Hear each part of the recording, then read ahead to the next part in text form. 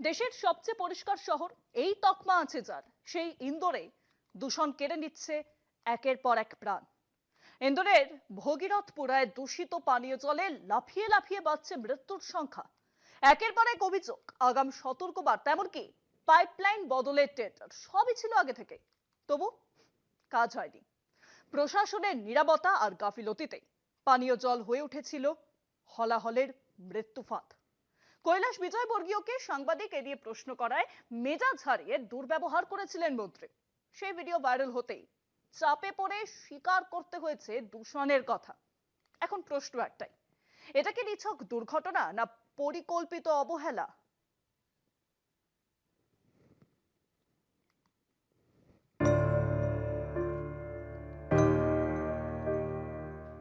বলা হয় জলই জীবন, তবে মধ্যপ্রদেশের ইন্দোরে জীবন নয়, মৃত্যু দিচ্ছে জল। দূষিত জল পান করে প্রাণ হারিয়েছে 6 মাসের এক রত্তি। अचानक एकदम उसको तेज बुखार आया, उल्टी हुई उसको और वहीं घर पे हो गया।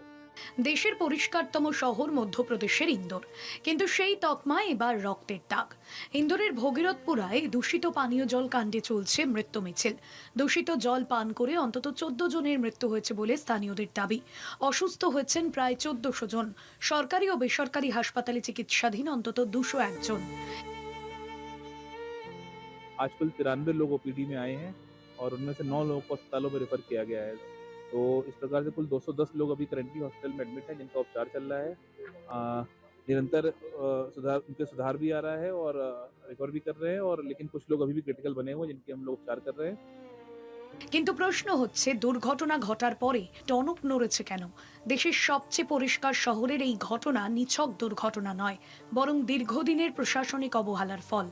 ঘটনার সূত্রপাত ভগীরথপুরা পুলিশ ফাঁড়ির পাশের একটি পাবলিক টয়লেট সংলগ্ন মূল পানীয় জলের পাইপলাইনের ফাটল থেকে। তদন্তে জানা গিয়েছে ওই ফাটল দিয়ে নর্দমার জল সরাসরি পানীয় জলে মিশে যায়। মুখ্যমন্ত্রী মোহন যাদব এবং নগর প্রশাসন মন্ত্রী কৈলাস বিজয়বর্গীয় দূষণের বিষয়টি প্রকাশ্যে স্বীকার করেছেন।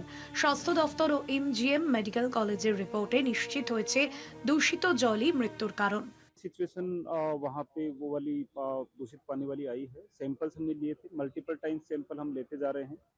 फर्स्ट डे जो सैंपल लिए थे उनकी रिपोर्ट में कंटेमिनेशन आया था, और उसके बाद हमने जो लाइन है उसको सही करना स्टार्ट किया है। हमने वो पॉइंट्स आइडेंटिफाई किए हैं जहाँ पे ड्रेनेज या कोई भी अदर उसमें मिक्सिंग हो रही है। সবচেয়ে গুরুতর দিক হলো 2025 সালের অগস্টেই 2.4 কোটি টাকার টেন্ডার ডাকা হয়েছিল পাইপলাইন বদলের জন্য। তখন থেকেই নোংরা ও দুর্গন্ধযুক্ত জলের অভিযোগ ছিল, কিন্তু কোনো কাজ শুরু হয়নি, জরুরি মেরামতো করা হয়নি। মানুষের মৃত্যুর পরেই টেন্ডার খোলা হয়। ঘটনার ছায়া পড়েছে রতলামেও। 2 বছর ধরে প্রাক্তন বিধায়ক পরশ সাকলেচা নিকাশের পাইপলাইনের দুর্নীতি ও নিম্নমানের কাজের অভিযোগ তুলে আসছেন। পিএমও এবং ইডব্লিউতে অভিযোগ জানানো হলেও তদন্ত হয়নি। বহু মাস ধরে রতলামে দুর্গন্ধযুক্ত জলের অভিযোগ রয়েছে। এক কাউন্সিলর ন্যাশনাল গ্রিন ট্রাইব্যুনালে মামলা করলেও অবস্থার বদল হয়নি। আমরুট 2.0 প্রকল্পে 1000 কোটি টাকার জল প্রকল্প থাকলেও পুরনো এলাকায় নজরদারির অভাব মারাত্মক আকার নিয়েছে। জাতীয় মানবাধিকার কমিশন স্বতঃপ্রণোদিত তদন্ত শুরু করেছে।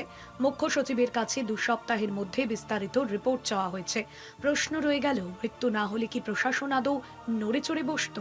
আরো বড় প্রশ্ন, সাংবাদিকের প্রশ্নে মেজাজ হারিয়ে দুর্ব্যবহার করেছিলেন কৈলাস বিজয়বর্গীয়। সেই ভিডিও ভাইরাল না হলে, কৈলাস চাপে না পড়লে দূষণ যে হয়েছে সেই স্বীকারোক্তিও কি আসতো? কলকাতা টিভি।